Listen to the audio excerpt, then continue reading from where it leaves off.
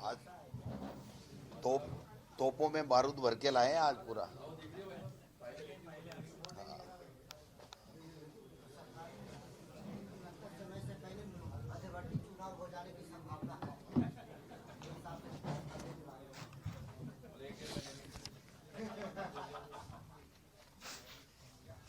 जी। आप सभी का स्वागत है। मैं आमंत्रित करता हूँ आदरणीय प्रदेश अध्यक्ष गोविंद सिंह डोटासरा जी प्रेस वार्ता में शुरुआत में संबोधित करेंगे। मित्रों नमस्कार। सबसे पहले प्रेस के तमाम मीडिया बंधुओं का, बहनों का मैं बहुत बहुत स्वागत करता हूं, अभिनंदन करता हूं कि हमारे छोटे से निवेदन के ऊपर आप सब लोग पधारे। आज हमारी प्रेस वार्ता का मुद्दा है जो राजस्थान की सरकार, मुख्यमंत्री जी और जल संसाधन मंत्री जी केंद्र के पहले ईआरसीपी के समझौते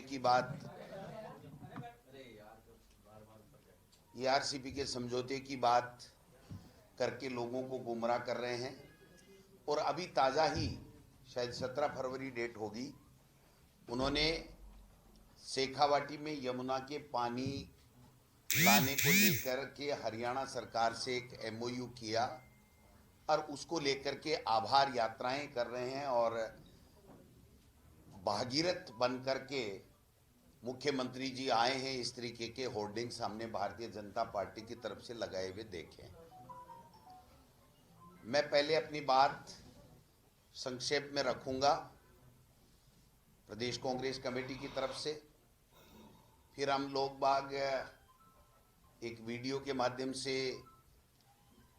इनके इस दावे की सच्चाई को बताने का प्रयास करेंगे। और फिर मैं चाहूँगा कि मेरे बाद में हमारे प्रवक्ता हैं प्रदेश कांग्रेस कमेटी के यशवर्धन जी, जिन्होंने 2017 में कोर्ट में याचिका लगा रखी है यमुना के पानी लाने की, वो पूरी डिटेल आपको बताएंगे। और फिर हमारे सुरेश मोदी जी नीमका थाना के विधायक हैं, जो पानी शेखावाटी में मिलना है, कुमाराम परियोजना का जो नहर का पानी आना है उसकी प्रगति के बारे में भी हमारी सरकार के द्वारा किया गया वो बताएंगे और इस यमुना के पानी की सच्चाई भी बताएंगे। उसके बाद में मैं चाहूँगा कि इस विषय के ऊपर, क्योंकि ये बहुत ही महत्वपूर्ण विषय है, पानी से जुड़ा हुआ है और देश के प्रधानमंत्री और प्रदेश के मुखिया और केंद्र के जल संसाधन मंत्री और पूरी भारतीय जनता पार्टी इसको भुनाने में लगी हुई है, जबकि वास्तविकता क्या है वो हम सबके सामने, आपके सामने रखने वाले हैं। इससे संबंधित जो भी सवाल आप पूछना चाहते हैं वो इनसे पूछेंगे और तत्काल बाद में फिर अगर कोई आपकी बात किसी भी व्यक्ति से कोई हो तो आप पूछेंगे तो हम लोग बोलेंगे। लेकिन मेरा आपसे आग्रह रहेगा कि आज ये बहुत ही महत्वपूर्ण मुद्दा है और बहुत ही जानकारी के साथ में हम तीनों लोग आपके बीच में आए हैं, इसलिए इसी तक अगर सीमित रखेंगे तो राजस्थान के लोगों को सच्चाई का पता चलेगा। मैं आप सबसे यही निवेदन करना चाहता हूं कि जिस यमुना के पानी की ये बात करते हैं, इस यमुना के पानी की शुरुआत जो है वो 1994 के समझौते से हुई थी और जो अपर यमुना रिवर बोर्ड है जिसमें 5 स्टेट आते हैं, हिमाचल, हरियाणा, दिल्ली, उत्तर प्रदेश और राजस्थान, वहाँ पर ये फैसला हुआ, समझौता हुआ कि ताजावाला हेड से शेखावाटी को 1917 क्यूसेक पानी मिलेगा। और उसके बाद में ये एग्रीमेंट 2000 और 2002 के बीच में भी हुआ, हरियाणा से हुआ, कहाँ से कितना पानी मिलेगा, क्या मिलेगा, नहीं मिलेगा, ये सारी बातें होकर के, और उस वक्त ये हुआ था कि 13,000 क्यूसेक पानी हरियाणा को मिलेगा। उसके बाद में ये आगे जो इंफ्रास्ट्रक्चर डेवलप करना था हरियाणा में, उसकी उन्होंने एनओसी नहीं दी थी, जिन पाइपलाइनों से पानी आना था, तो उन्होंने बाद में डिमांड बढ़ा करके अपनी 18,000 कर ली। और अभी ताज़ा में उन्होंने जो समझौता किया है या जो हमारी राजस्थान की सरकार ने जो सरेंडर किया हरियाणा के सामने, उसमें मनोहर लाल खट्टर जी हरियाणा के जो मुख्यमंत्री हैं वो ये कह रहे हैं कि 24,000 क्यूसेक पानी पहले हम लेंगे और 24,000 क्यूसेक के बाद में बरसात के दिनों में 15-20 दिन अगर कोई पानी आएगा मिलेगा तो वो राजस्थान को देंगे, लेकिन उसमें से भी हम 25% पानी फिर हम लेंगे। उसके बाद में कोई 1-2 दिन का पानी मिलेगा तो हम देंगे, नहीं देंगे। ये हरियाणा की विधानसभा में मुख्यमंत्री ने बोला। आज तक नई ईआरसीपी का जो एमओयू हुआ वो हमारे सामने, मीडिया के सामने, किसी जनप्रतिनिधि के सामने नहीं है, जबकि विधानसभा के चलते विधानसभा में किया गया था। ने जो ये यमुना के पानी का हरियाणा सरकार से उन्होंने क्या समझौता किया, कितने पानी का समझौता किया, ये नहीं हुआ। कहने का मतलब पानी का समझौता तो ये कर ही नहीं सकते। ये केवल पाइपलाइन बिछाने की इनका एमओयू होना था, इंफ्रास्ट्रक्चर का होना था कि वहां से लेकर के हम पाइप ला सकते हैं, नहीं ला सकते हैं, हम काम कंस्ट्रक्शन कर सकते हैं, नहीं। इस केवल कंस्ट्रक्शन की अनुमति देने मात्र से 13,000 क्यूसेक पानी के बजाय 24,000 क्यूसेक पानी हम लेंगे। और फिर अगर 10-5 दिन बच गया बरसात में बाकायदा, तो भी उसमें से 25% लेंगे और उसके अलावा हम पानी नहीं देंगे। अब मैं पूछना चाहता हूं, पहले ये सरकार बनी भजन सरकार, जिसको हम लोग पर्ची सरकार कहते हैं, लोग बाग भजन सरकार कहते हैं। चलिए मान लीजिए साहब भजन सरकार थी, नाम से ही सरकारें चलती आई हैं, ये ट्रेंड है तो भजन सरकार।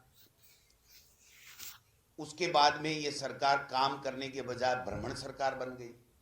क्योंकि मुख्यमंत्री जी एक दिन भी शायद राजस्थान की राजधानी जयपुर में रुके नहीं। सुबह से शाम इनको हेलीकॉप्टर दे दिया गया और कि आप तो जितने जोर से बोल सकते हो, जितना झूठ बोल सकते हो उतना बोलो और लोगों को भ्रमित करो, क्योंकि ये भारतीय जनता पार्टी है और आरएसएस का मेन एजेंडा यही रहता है कि झूठ बोलो, बार बार बोलो, जोर से बोलो, जिससे इतनी जोर से बोलो कि लोगों को सच लगने लग जाए और हमारी वोट की फसल हम काट सकें। तो मैं निवेदन करना चाहता हूं कि जब यहां पर राजस्थान को 1 क्यूसेक पानी भी मिलना नहीं है, 1 लीटर पानी भी नहीं मिलना है,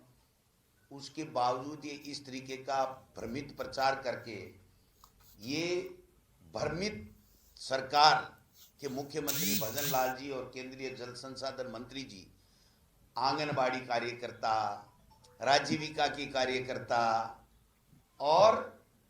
ऐसे कर्मचारी और अधिकारियों से निर्देश देकर के लोगों को 100-150 को बुला करके अपना अभिनंदन और आभार निकाल रहे हैं, तो ये राजस्थान की जनता के साथ में धोखा है। पहले ईआरसीपी के नाम से धोखा किया, जहां 3510 एमसीएम पानी मिलना था, उसके बजाय 2400 का ये सौदा करके आए। आज घुटने टेक दिए इन्होंने हरियाणा की सरकार के सामने, केवल इसलिए पानी तय नहीं कर रहा हरियाणा, केवल इसलिए कि पाइप बिछाएं कि नहीं बिछाएं। ये डबल इंजन की सरकार राजस्थान के हितों के साथ में कुठाराघात करने के लिए बनी हुई है। ये डबल इंजन की सरकार लोगों को धोखा देने के लिए बनी हुई है। ये डबल इंजन की सरकार लोगों को भ्रमित कर रही है और झूठ बोल करके वोटों की फसल काटना चाहते हैं लोकसभा के अंदर। ये कामयाब नहीं होंगे। इसलिए मैं माननीय मुख्यमंत्री जी से आग्रह करना चाहता हूं कि आपने जो भी समझौता किया है ईआरसीपी और यमुना के बाबत, जो हरियाणा सरकार से और पहले मध्य प्रदेश सरकार से, वो आप मीडिया के सामने रखिए। आपका प्रवक्ता उसकी सच्चाई बताए, हमारे प्रवक्ता हमारी सच्चाई बताए, और उसके बाद में आप बताइए कि साहब तर्क वितर्क होने चाहिए, जिससे राजस्थान की जनता को सच्चाई का पता चले, मीडिया को सच्चाई का पता चले। अब हमारा दुर्भाग्य है कि जो सरकार में बैठे हुए लोग हैं वो कागज नहीं दे रहे हैं और भाषण ठोक रहे हैं, और हम कोई बात कहते हैं तो उसको फिर गंभीरता से मीडिया लेता नहीं कि नहीं साहब ये तो विरोध में है, दोनों जगह सरकारें इनकी हैं, इसलिए इनको तो केवल विरोध करना है। हम केवल विरोध करने के लिए विरोध नहीं कर रहे हैं, हम राजस्थान के लोगों के हितों के साथ में कुठाराघात इन्होंने किया है, कर रहे हैं, और फिर झूठ बोल करके और फिर दिल्ली के सरकार का लावा लूटने की कोशिश कर रहे हैं, कुप्रयास कर रहे हैं, उससे जनता को अवगत आपके माध्यम से कराना चाहते हैं। क्योंकि मीडिया ही एक ऐसा है कि जिसके माध्यम से हम सच्चाई बता सकते हैं, वरना एक एक आदमी एक एक गांव में जाके कैसे बताएगा। इनकी सारी की सारी आभार यात्राएं फैल हो रही हैं,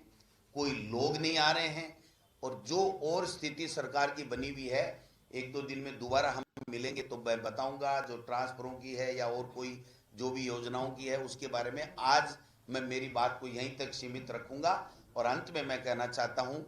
कि ये भ्रमित करने वाली सरकार है, ये केवल भ्रमण करने वाली सरकार है, ये केवल औचक निरीक्षण करने वाली सरकार है, ये झूठ पे झूठ बोल करके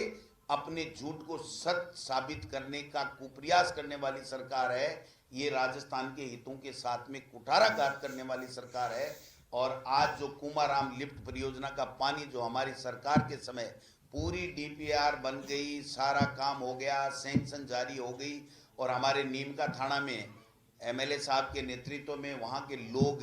धरना दे रहे हैं, धरने पे बैठे हैं काफ़ी दिनों से कि हमारा सारा काम हो गया, पैसा रिलीज हो गया, पानी का शेयर तय हो गया, उस काम को आप नहीं कर करके और इस तरीके से ये आभार यात्रा निकाल करके एक हरियाणा से गुमनाम समझौता करके आपने क्या हितों को बेचा है, और आप नुकसान करके राजस्थान के हितों का और फिर भी वोट लेने की बात कर रहे हैं, और ये कर रहे हैं कि हमने वाई लूटने की चेष्टा कर रहे हैं कि हमने पता नहीं कितना बड़ा तीर मार दिया। ये तीर नहीं मारा है, ये जो नारे लग रहे हैं ना